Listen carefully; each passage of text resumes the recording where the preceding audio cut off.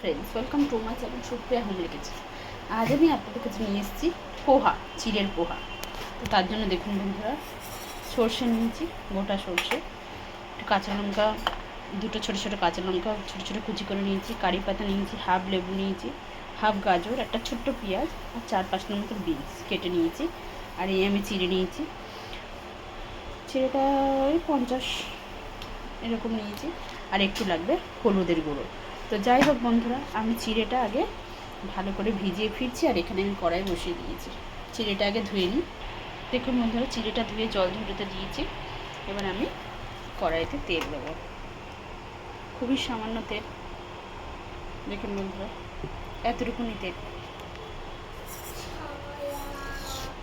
সর্ষে দিয়ে দিলাম। আর এখানে কারি পাতাটা ধুয়ে আমি শুকনো করে রেখেছি, যেহেতু কাঁচা কারি পাতা ভালো থাকে না, আমি শুকনো করে রেখেছি। এবার আমি পেঁয়াজ দিয়ে দেবো।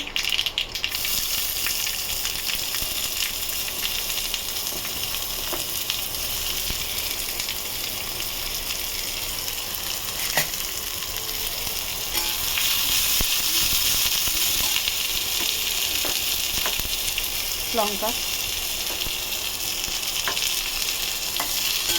হ্যাঁ, স্বাদ মতো নুন লাগবে, নুনটা তো বলাই হয়নি বন্ধুরা।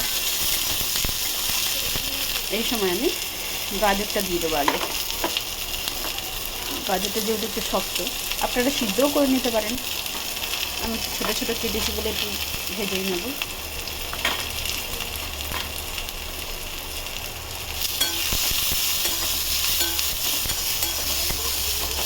তো এইগুলো ভালো করে ফ্রাই করে ফিরছি। একটু গাজরটা ভাজা হয়ে গেছে, এবারে আমি বিনসটা দিয়ে দিলাম। এটাও ভালো করে ভেজে নিয়ে ফিরছি বন্ধুরা। এটা মানে ভাজতে ভাজতে সিদ্ধটা করে নিতে হবে, যেহেতু আমাদের চিড়ে সময় কম লাগবে।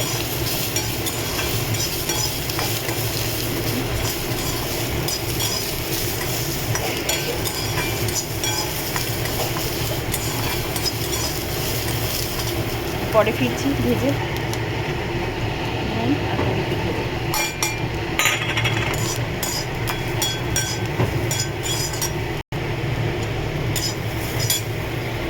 চিড়েটা এবার দিয়ে দেবো বন্ধু।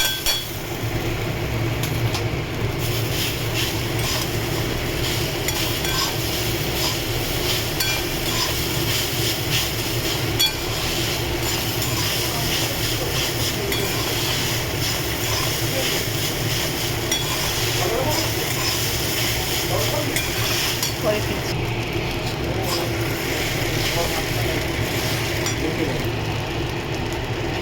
তো এবার লেবুর রসটা দিয়ে দেবো।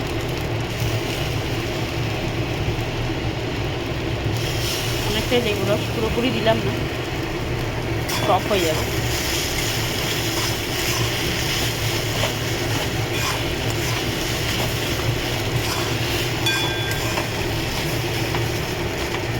যেহেতু লেবু রসটা অনেকটা, এবার আমি একটুখানি শুধু মুখে দিয়ে দেখবো বন্ধুরা নুনটা হয়েছে কি।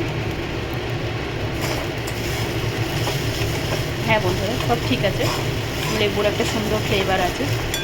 তো দেখুন, আপনারা ট্রাই করবেন, ট্রাই করে কমেন্ট সেকশনে কমেন্ট করে জানাবেন রেসিপিটা কেমন লেগেছে। ভালো লাগলে লাইক কমেন্ট শেয়ার করবেন, আর আমার চ্যানেলটা সাবস্ক্রাইব করবেন। ভালো থাকবেন, সুস্থ থাকবেন।